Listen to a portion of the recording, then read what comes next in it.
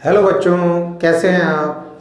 आज आप पढ़ेंगे एक derivation intensity of electric field due to infinite thin plane sheet of charge. Question कैसे पूछा जा सकता है, डेरिवेशन कैसे करेंगे, देखिए आप। Using Gauss theorem calculate the electric field due to an infinite plane sheet of charge. आपको गॉस थ्योरम को यूज करना है और डेरिवेशन करना है। डेरिवेशन क्या है? एक थिन शीट है, एक थिन शीट है। ये किसी भी शेप की हो सकती है। ये शीट रेक्टेंगल भी हो सकती है, ये स्क्वायर भी हो सकती है, उससे कोई फर्क नहीं पड़ेगा। थिन शीट है, किसकी बनी हुई है? चार्ज की। मतलब आप ऐसे समझ सकते हैं, चार्ज की एक लेयर है, चार्ज की एक लेयर है। जैसे आप उसको ऐसे समझ सकते हैं जैसे कि हम एक टेबल पर बहुत सारे मार्बल्स कंचे, उन्हें ग्लू लगा के एक टेबल पर रखते जाएं। जब हम उन्हें रखते जाएंगे पास पास, थोड़ी देर के बाद वो चिपक जाएंगे और हम इमेजिन कर रहे हैं कि हमने उनको ऐसे करके पकड़ लिया, तो हमें एक लेयर दिखेगी मार्बल्स की। तो वो मार्बल किसको रिप्रेजेंट कर रहे हैं? चार्ज को, पॉजिटिव चार्ज। तो ऐसी एक पतली सी लेयर है, चार्ज की लेयर है। या ये वो समझ सकते हैं आप, एक थिन शीट है, बहुत पतली सी शीट है, उस पर एक सिंगल लेयर है चार्ज की। उस थिन शीट से कुछ डिस्टेंस पर, यहां पर थिन शीट ऐसे, इससे कुछ डिस्टेंस पर, यानी कि इस तरीके से डिस्टेंस, इस पॉइंट पर, आर डिस्टेंस पर, ये डायग्राम शीट के इस तरीके से दिखाया जा रहा है। इस पॉइंट पर, यहां पर आर डिस्टेंस पर आपको इलेक्ट्रिक फील्ड निकालनी है। इस साइड जो वैल्यू निकालेंगे वो लेफ्ट हैंड साइड के लिए भी वैलिड होगी, दोनों के लिए सेम रहेगी। अब हमने क्या किया कि हमने एक गॉसियन सरफेस ड्रॉ कर लिया, एक इमेजिनरी सरफेस ड्रॉ कर लिया। जब किसकी फॉर्म में? एक सिलेंडर की फॉर्म में। गॉसियन सरफेस सिलेंडर की फॉर्म में भी हो सकता है, स्फीयर की फॉर्म में भी हो सकता है, क्यूबॉइड की फॉर्म में भी हो सकता है, पर यहाँ पर हमने सिलेंडर बनाया है जो इमेजिनरी है, तो हमने क्या गॉसियन सरफेस ड्रॉ करा है। अब ये गॉसियन सरफेस कैसा है? एक इमेजिन करना, एक ऐसा सिलेंडर जो आधा इधर है आधा इधर है, इससे पास हो रहा है। एक्चुअल में अगर आप कोई सिलेंडर, जैसे सपोज कर लें ये एक सिलेंडर का एग्जांपल है, पेन सिलेंड्रिकल शेप है।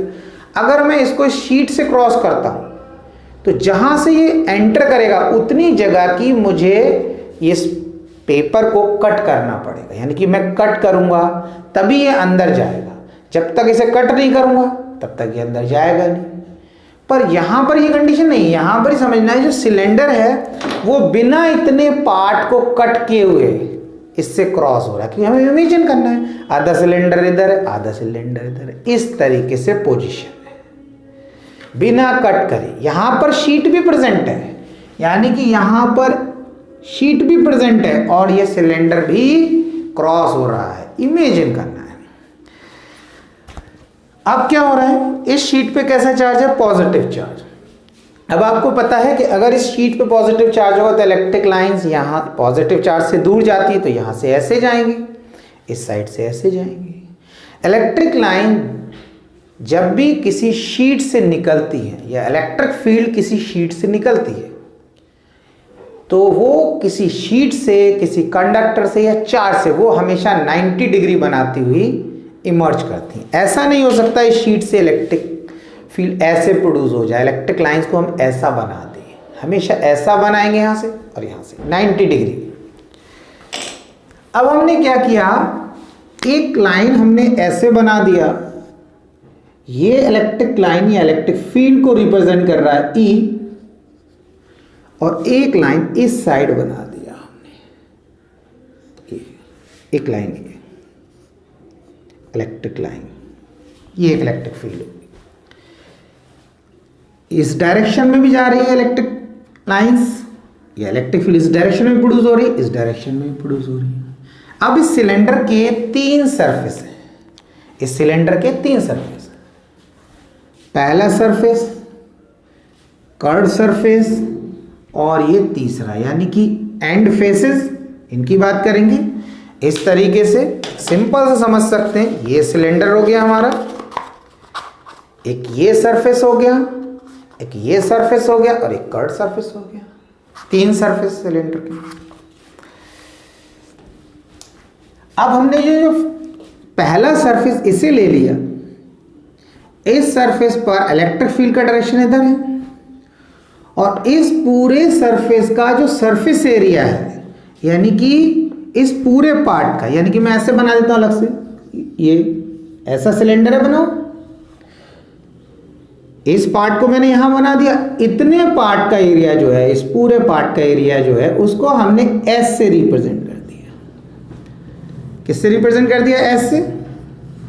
अब सिलेंडर यूनिफॉर्म है, एक जैसा, ऐसा नहीं कि यहां इस एंड से मोटा है, इस एंड से पतला, या यहां से पतला वहां मोटा। तो इसका सरफेस एरिया ऐसे, तो इस का भी यानी कि इस वाले एंड का सरफेस एरिया क्या हो जाएगा? इस वाले एंड का, इसका भी सरफेस एरिया क्या हो जाएगा? एस। तो हमने इसको भी लिख दिया एस। इसका सरफेस एरिया एस, इसका भी सरफेस एरिया। अब हमने क्या करा, इसमें एक छोटा सा सर्कल ड्रॉ कर दिया, यानी कि छोटा सरफेस ले लिया। इस छोटे पार्ट का एरिया कितना हो जाएगा और इस छोटे पार्ट के एरिया वेक्टर का डायरेक्शन क्या होगा? इसको आज समझे, मैं दोबारा से नीचे बना देता हूं। इसके लिए हमने इस तरीके से बनाया, ये टोटल सरफेस एरिया इसका हो गया एस। इसकी बात करें, इसमें एक और बना दिया, इसके एरिया वेक्टर का डायरेक्शन ये हो गया ds। अब अगर हम इसे फर्स्ट सरफेस बोल रहे हैं तो ds1 और वेक्टर का साइन लगाते हैं।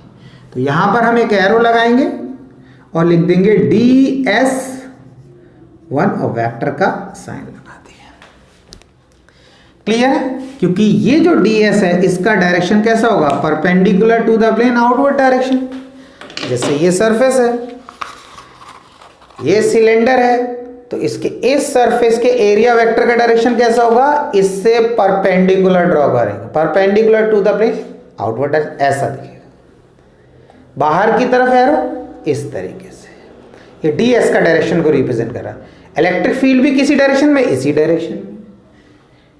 इसका मतलब इलेक्ट्रिक फील्ड और एरिया वेक्टर, इलेक्ट्रिक फील्ड और इस एरिया वेक्टर के बीच में एंगल कितना हो गया? 0 हो गया। दोनों एरो आपको एक ही साइड दिख रहे हैं। दूसरे साइड की बात करते हैं, उसमें भी ऐसे ही रहेगा। इसमें एक छोटा सा सरफेस और ड्रॉ कर दिया, इसका एरिया वेक्टर हमने लिया ds3। अब 3 क्यों ले लिया? क्योंकि ये हमने पहला सरफेस लिया जो कर्व्ड सरफेस है, यानी कि ये जो सिलेंडर है इसका ये जो कर्व्ड सरफेस है, इसकी बात कर रहे हैं, इस कर्व्ड सरफेस की, इसको हमने सेकंड सरफेस ले लिया। तो सेकंड सरफेस हमारा कर्व्ड सरफेस हो गया, तो उसको ऐसे लिख देते हैं 2। और तीसरा सरफेस ये वाला सरफेस हो गया, एंड फेस की बात करें ds3। यहां पर भी e ds के बीच में एंगल कितना हो गया? 0। इधर एंगल 0, इधर एंगल 0, क्योंकि e का डायरेक्शन ऐसा, ds का भी डायरेक्शन ऐसा। अब कर्व्ड सरफेस की अगर बात करें तो कर्व्ड सरफेस पे हमने इस तरीके से एक सर्कल ड्रॉ करा। इस सर्कल का एरिया वेक्टर का डायरेक्शन कहां हो जाएगा? इस तरीके। तो हम लिखेंगे ds2 सेकंड सरफेस पे बना है, और ये जो एरिया वेक्टर है ये इलेक्ट्रिक फील्ड, चाहे आप इस लाइन के साथ बात करें या इस लाइन के साथ, ये वाला जो एरिया वेक्टर है 90 डिग्री बना रहा है। आप ऐसे समझ सकते हैं, बहुत आसान है कि ये हमारा सिलेंडर है और इस सिलेंडर पर मैं कहीं पर भी एक सर्कल ड्रॉ कर देता हूं, और जब आप इसको ऐसे देखेंगे, ये देखो सर्कल है, सिलेंडर इस पोजीशन में, जब ये इस पोजीशन में जब ऐसे रखा होगा तो आपको ये आर्क दिखेगा यहां वाला, और आधा पार्ट इस सर्कल का इस कर्वेचर के इस साइड आ जाएगा, तो ये आपको नहीं दिखेगा। इसलिए हमने ये पूरा ऐसे सर्कल ड्रॉ किया है, लेकिन इस पोजीशन में ये आर्क आपको आधा दिखेगा, सर्कल का थोड़ा सा पार्ट दिखेगा, आधा पार्ट इधर आ गया। अब इसका एरिया वेक्टर कैसे ड्रॉ करेंगे, अगर ऐसा करा है तो इस तरफ हो जाएगा, अब इस पोजीशन में तो ऊपर की तरफ, यानी कि इस सरफेस पर 90 डिग्री परपेंडिकुलर ड्रॉ करेंगे तो वो परपेंडिकुलर ही होगी। अब इलेक्ट्रिक फील्ड क्या है, शीट से इधर भी जा रही है, इस तरफ भी जा रही है, तो इस लाइन के साथ अगर हम बात करें इलेक्ट्रिक फील्ड के साथ, ये एरिया वेक्टर 90 डिग्री बना के इसके साथ बात करें तो यहां भी 90, तो 3 सरफेस हो गए सिलेंडर के। इस सरफेस के लिए E और DS के बीच में एंगल 0, सेकंड सरफेस के लिए E और DS के बीच में एंगल, इलेक्ट्रिक फील्ड ये वाली एरो ले लो या ये वाली इलेक्ट्रिक फील्ड को ले लो, इसके साथ ये एरिया वेक्टर 90 डिग्री और यहां पर ये 0। इतना हो गया। अब डेरिवेशन बहुत ही आसान है, इस चीज को ही बस आपको समझना है, मैथमेटिकल जगह बिल्कुल। फिर हमने क्या किया, using Gauss theorem. Gauss theorem को यूज करेंगे हम, close integration of E dot ds equals to Q upon epsilon. इस एक्सप्रेशन को यूज करके हम डेरिवेशन करेंगे। साइन ऑफ इंटीग्रेशन है ये, क्लोज का साइन ये बता रहा है कि जो इलेक्ट्रिक फ्लक्स है वो किसी क्लोज सरफेस से पास हो रहा है, तो हमारा क्लोज सरफेस ये सिलेंडर है, जिससे कितना फ्लक्स पास हो रहा है हमें निकालना है। अब उसके बाद हम क्या करेंगे, हम लेफ्ट हैंड साइड को ले लेंगे और लेफ्ट हैंड साइड को थोड़ा सॉल्व करेंगे, फाइनली फिर उसको राइट हैंड साइड के बराबर रख देंगे, वो तो ऑलरेडी उसके बराबर ही। तो हमने लेफ्ट हैंड साइड को लिया, close integration of E dot ds, taking LHS लिख देते हैं, taking LHS left hand side पे, E dot ds equals to sign of integration E dot ds 1 लिख दिया पहले सरफेस के लिए और यहां लिख दिया S1 पहला सरफेस। फिर लिखा हमने plus sign of integration E dot ds2 दूसरे सरफेस के लिए, और फिर यहां इसके आगे मैं यहां पे लिख देता हूं प्लस लगाकर sign of integration E dot ds3 तीसरे सरफेस के लिए। इस सरफेस से कितना फ्लक्स पास हो रहा है उसके लिए ये हो गया एक्सप्रेशन, कर्ड सरफेस से कितना हो रहा है उसके लिए ये एक्सप्रेशन, इस सरफेस से कितना फ्लक्स पास हो उसके लिए ये एक्सप्रेशन। अब आपने क्या करना है, साइन, अब एक चीज ध्यान रखना है, यहां पर मैंने क्लोज का साइन नहीं लगाया क्योंकि ये जो फॉर्मूला है ये इस पूरे सिलेंडर से कितना फ्लक्स पास हो रहा है, यानी कि इस सरफेस, कर्ड सरफेस और इस सरफेस, तीनों सरफेस एंड फेसेस से और कर्ड सरफेस से कितना फ्लक्स पास हो रहा है उसकी बात करें टोटल। पर ये टर्म जो है सिर्फ इस सरफेस से कितना फ्लक्स पास होगा वो कैलकुलेट करेंगे। ये टर्म कर्ड सरफेस से कितना फ्लक्स पास होगा, ये टर्म इस सरफेस से, इस एंड फेस से कितना फ्लक्स पास होगा वो फाइंड करेंगे। तो इसीलिए ये इंडिविजुअल अगर हम ये सरफेस लेते हैं सिर्फ इस सरफेस को, तो ये अकेला क्लोज नहीं सर, ये अकेला सरफेस क्लोज नहीं, ये तीनों फेसेस मिलेंगे, यानी कि एंड फेसेस मिलेंगे और कर्ड सरफेस, तब वो सिलेंडर क्लोज बनेगा। अब क्या किया हमने, इसलिए हमने क्लोज का साइन नहीं लगाया यहां पर, E ds,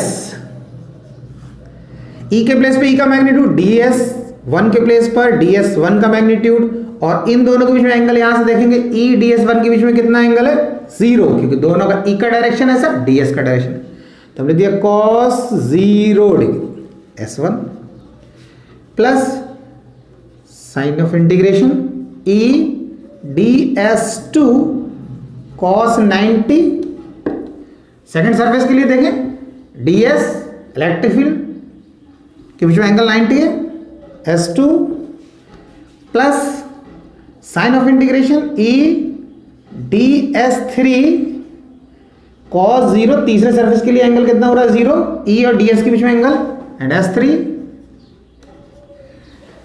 नेक्स्ट क्या हो जाएगा हमारा, ये हो जाएगा हमारा E में पहले लिख देता हूं क्योंकि E कांस्टेंट है, sign of integration E constant है, पहले ds के प्लेस पे लिखेंगे ds1 और cos 0 की वैल्यू होती है 1, तो 1 लिखने की जरूरत ही नहीं यहाँ पर, 1 इंटू ds1 1 ही रहेगा, s1 लिख दिया, प्लस यहाँ पर cos 90 है सेकंड टर्म में, तो cos 90 की वैल्यू 0, तो जब cos 90 की वैल्यू 0 तो पूरे टर्म 0 हो जाएगा, प्लस ऐसे इसमें e कांस्टेंट है, इसको इंटीग्रेशन के साइन से पहले लिख दिया, ds3 लिखा, ds3 लिख दिया, तीसरे सरफेस के लिए बात कर रहे हैं, और cos 0 की वैल्यू 1, तो यहां 1 लिखेंगे, 1 मल्टीप्लाई होगी, यही रहेगा। अब उसमें क्या करेंगे हम, e को एज इट इज लिख दिया, ds1 के प्लेस पे लिख देंगे s1, स्क्वायर ब्रैकेट लगाएंगे। अब इस सरफेस के अकॉर्डिंग लिमिट लगाएंगे, इस सरफेस का जो टोटल सरफेस एरिया है, यानी कि हम ऐसे बना दें सिलेंडर के इस पार्ट का, इस एरिया की बात कर रहे हैं, ये जो टोटल सरफेस एरिया ये कितना है, तो हम लिमिट कितनी लगाएंगे, 0 से s प्लस, ये तो 0 हो गया, दूसरे के लिए क्या करेंगे, e ds3, तो ये हो जाएगा s3, स्क्वायर ब्रैकेट लगाएंगे और लिमिट लगाएं 0 से s, उसके बाद क्या हो जाएगा, e इस s1 के प्लेस पे अपर लिमिट माइनस फॉर्मूले का इसके प्लेस पे लोअर लिमिट, ब्रैकेट लगा देंगे, प्लस e s3 के प्लेस पे अपर लिमिट माइनस इसके प्लेस पे लोअर लिमिट, क्या हो जाएगा ये, e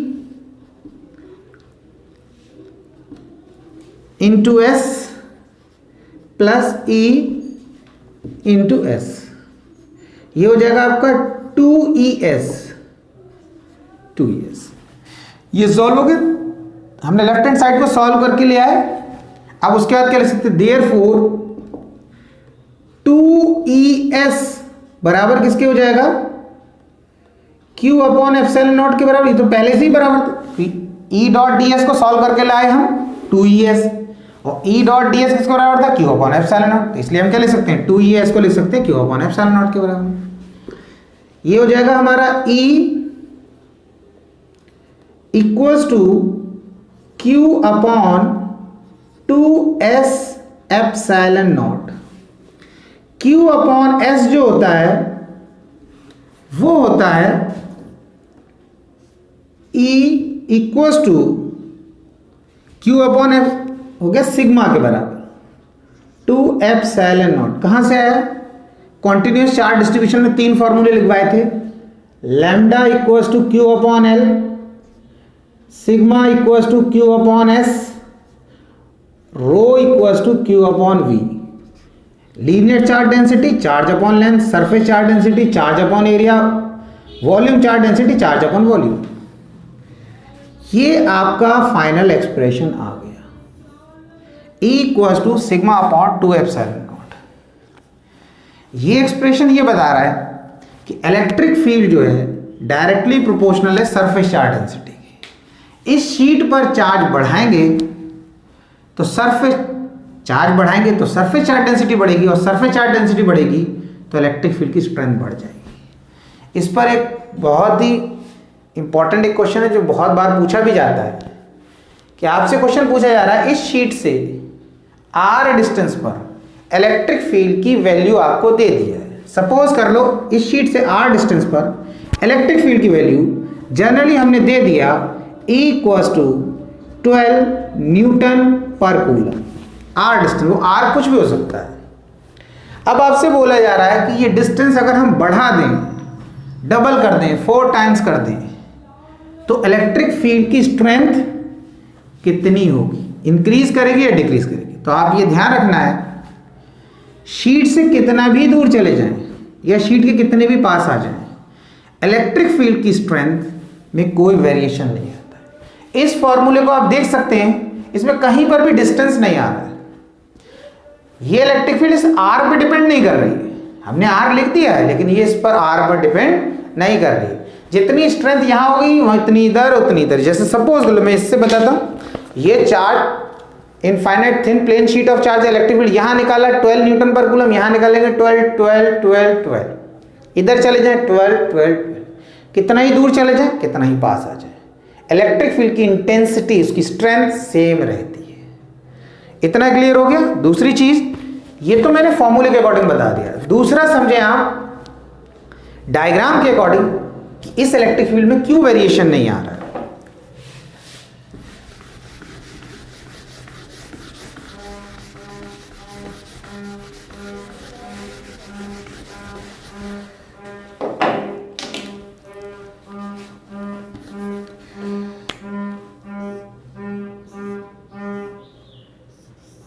ये हमने थिन शीट बना दिया, इस पर पॉजिटिव चार्ज ले लिया,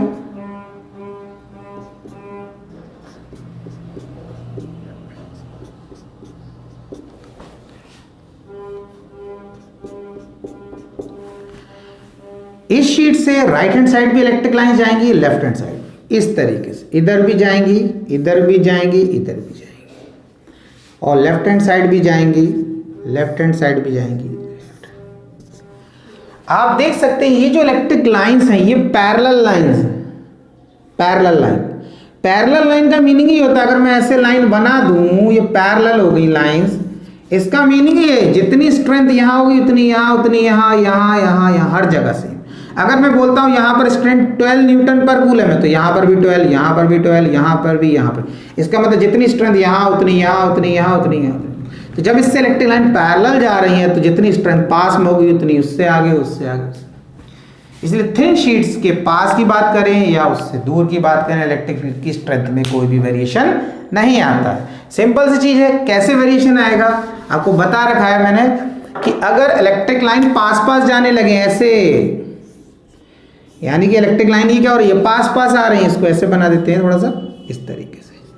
तो ये इलेक्ट्रिक लाइन अगर एक दूसरे के पास जा रही है, इनके बीच में डिस्टेंस कम हो रहा है, ये डिस्टेंस कम होता जा रहा है, तो हम बोलेंगे left to right electric field की स्ट्रेंथ, ई की स्ट्रेंथ बढ़ रही है। और अगर ऐसा डायग्राम बना दें हम, दूर जाने लगे, दो लाइन के बीच में डिस्टेंस बढ़ने लगे, तो हम बोलेंगे left to right electric field की स्ट्रेंथ कम हो रही है, क्योंकि डिस्टेंस बढ़ता जा रहा है। डिस्टेंस बढ़ेगा तो स्ट्रेंथ कम होगी, और डिस्टेंस कम होगा तो स्ट्रेंथ बढ़ेगी। यहां पर इसको अगर देखें तो ये पैरेलल लाइंस, इनके बीच में डिस्टेंस ना इंक्रीज कर रहा है ना डिक्रीज, इसलिए स्ट्रेंथ कांस्टेंट रहेगी। वैसे भी हम बोलते हैं, मार्केट में जाते हैं, हमने देखा कि अरे बहुत सारे लोग पास पास पास, हम बोलते हैं स्ट्रेंथ ज्यादा है, स्ट्रेंथ ज्यादा है। लोगों के बीच में डिस्टेंस कम है, स्ट्रेंथ ज्यादा। मार्केट में देख रहे हैं लोग तो दिख रहे हैं, लेकिन बहुत दूर दूर दिख रहे हैं, बहुत कम है लोग। कम होंगे तो उनके बीच में डिस्टेंस ज्यादा हो जाएगा। ये किधर दिख रहा है, इधर उनका बहुत कम है, यानी कि उनकी स्ट्रेंथ कम है। वैसे समझना है कि जब लाइंस पास आती हैं तो उनकी इंटेंसिटी बढ़ती जाती है, स्ट्रेंथ बढ़ती जाती है। जब लाइंस दूर जा रही हैं तो उनके बीच में इलेक्ट्रिक फील्ड की स्ट्रेंथ कम होती है। और अगर सेम डिस्टेंस रहता है तो हम बोलते हैं इलेक्ट्रिक फील्ड की स्ट्रेंथ कांस्टेंट रहेगी, कोई वेरिएशन नहीं। ओके।